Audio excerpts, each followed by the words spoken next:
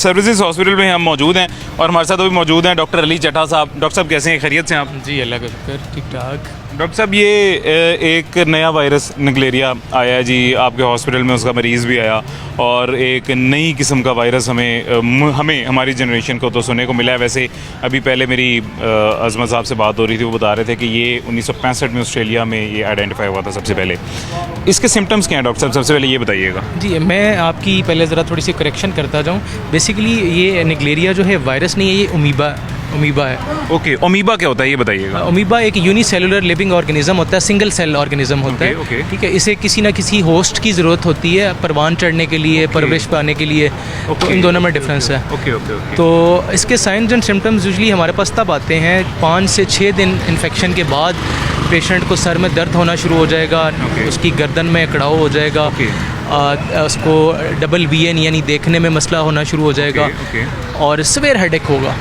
ये इसके मेनली जो सिम्टम्स हैं जिनके साथ पेशेंट प्रेजेंट करता है। और कुछ पेशेंट्स में इवन लॉस ऑफ कॉन्शियसनेस हो जाती है कि पेशेंट जो है बेहोशी या मदहोशी की हालत में चला जाता है। ओके। तो ये डॉक्टर साहब ये सबसे पहले ये बताइएगा, ये तो आपने इसके सिम्टम्स बता दिए हैं, इसका टेस्ट भी कोई है जिससे ये आइडेंटिफाई होता है कि ये है मतलब अमीबा जो आप बता रहे हैं, यानी ये निगलेरिया है या नहीं है? जी बिल्कुल। इसका इनिशियल टेस्ट तो हम PCR किट पे भी किया जा सकता है। उसके अलावा जो है CSF कल्चर किया जा सकता है। आपके रीढ़ की हड्डी से पानी निकाल के उसमें टेस्टिंग की जा सकती है। वो उसका डेफिनेट टेस्ट है। गोल्ड स्टैंडर्ड टेस्ट जिसे हम कहते हैं। ठीक हो गया। तो ये डॉक्टर साहब जो मरीज़ आया था वो किस हालत में था, आपने जब उसे देखा, मतलब क्या सिचुएशन क्या थी? लेकिन जब मरीज़ हमारे पास आया तो वो ऑलरेडी नीम मदहोशी या बेहोशी की हालत में था और उसको झटकों के भी कुछ एपिसोड्स हुए। तो हमारे पास बेसिकली ये म्यू हॉस्पिटल से रेफ़र होके आया पेशेंट। तो उसका जितना मैक्सिमम हो सका हमारे डॉक्टर हजरात ने, हमारे नर्सिज़ ने, पैरामेडिक्स ने अपनी पूरी कोशिश की उसके लिए। लेकिन चूँकि ये इसको ब्रेन ईटिंग बैक्टीरिया अमीबा भी कहा जाता है कि ये वायरस जाके आपके दिमाग पे असरात करता है आपके, जिसे हम मनिंजो एनकेफेलाइटिस एक मेडिकल टर्म है कि जो दिमाग का जो बेशतर हिस्सा होता है उसे ये वायरस जाके मुतासर करता है, इन्फेक्शन और उसकी सोजिश करता है। उस वजह से मरीज़ जो है वो अपना GCS यानी नॉर्मल जो अपना कंट्रोल है वो लूज़ कर देता है। नीम बेहोशी की हालत में चला जाएगा, झटके लगेंगे, बुखार, गर्दन में अकड़ाव, ये सारे सिम्टम्स आएंगे उसमें। और इसमें जो है रिकवरी के चांसेस बहुत कम है। 97% मोर्टेलिटी रेट है। इसका मतलब है कि 100 में से 97% लोग जो हैं वो जान की बाजी हार जाएंगे। बिल्कुल।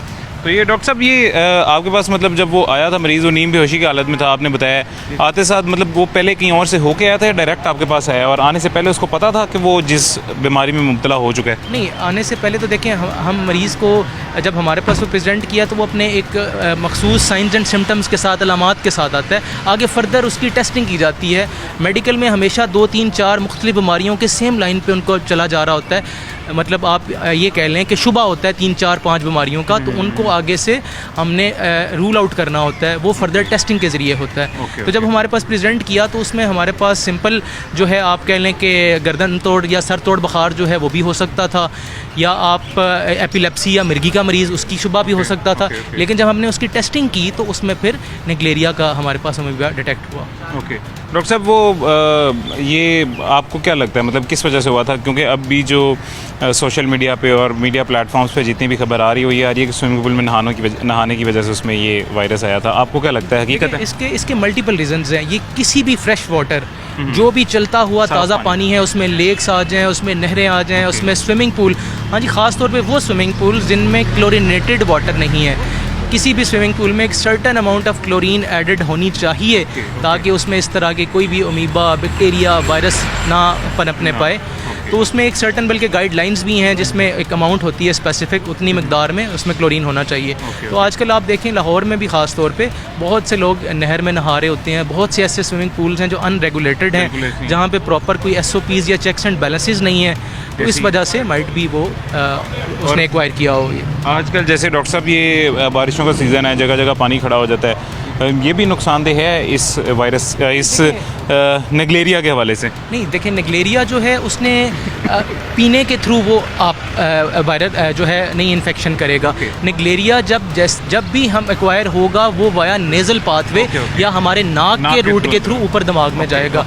जो हमारे सूंघने वाली शरियाने हैं या नर्व्स हैं उनकी जो शीत है उसके अंदर ये घुसता है और वहाँ से घुस के फिर ऊपर दिमाग तक जाता है। वही यानी ये बारिश का पानी जैसे पूरे शहर भर में, आपको पता है लाहौर में बारिश होती है, शहर भर में खड़ा हो जाता है। नहीं, इसके साथ डायरेक्टली लिंक उस तरह नहीं किया जा सकता बिल्कुल, क्योंकि बारिश के पानी में कोई भी इंसान नहाएगा तो नहीं, ये सिर्फ उन्हीं जगहों पे हो सकता है जहाँ पे आपका डायरेक्ट नेज़ल कांटेक्ट हो या आपके मुंह वाला हिस्सा जो है वो पानी के साथ इन कांटेक्ट आए।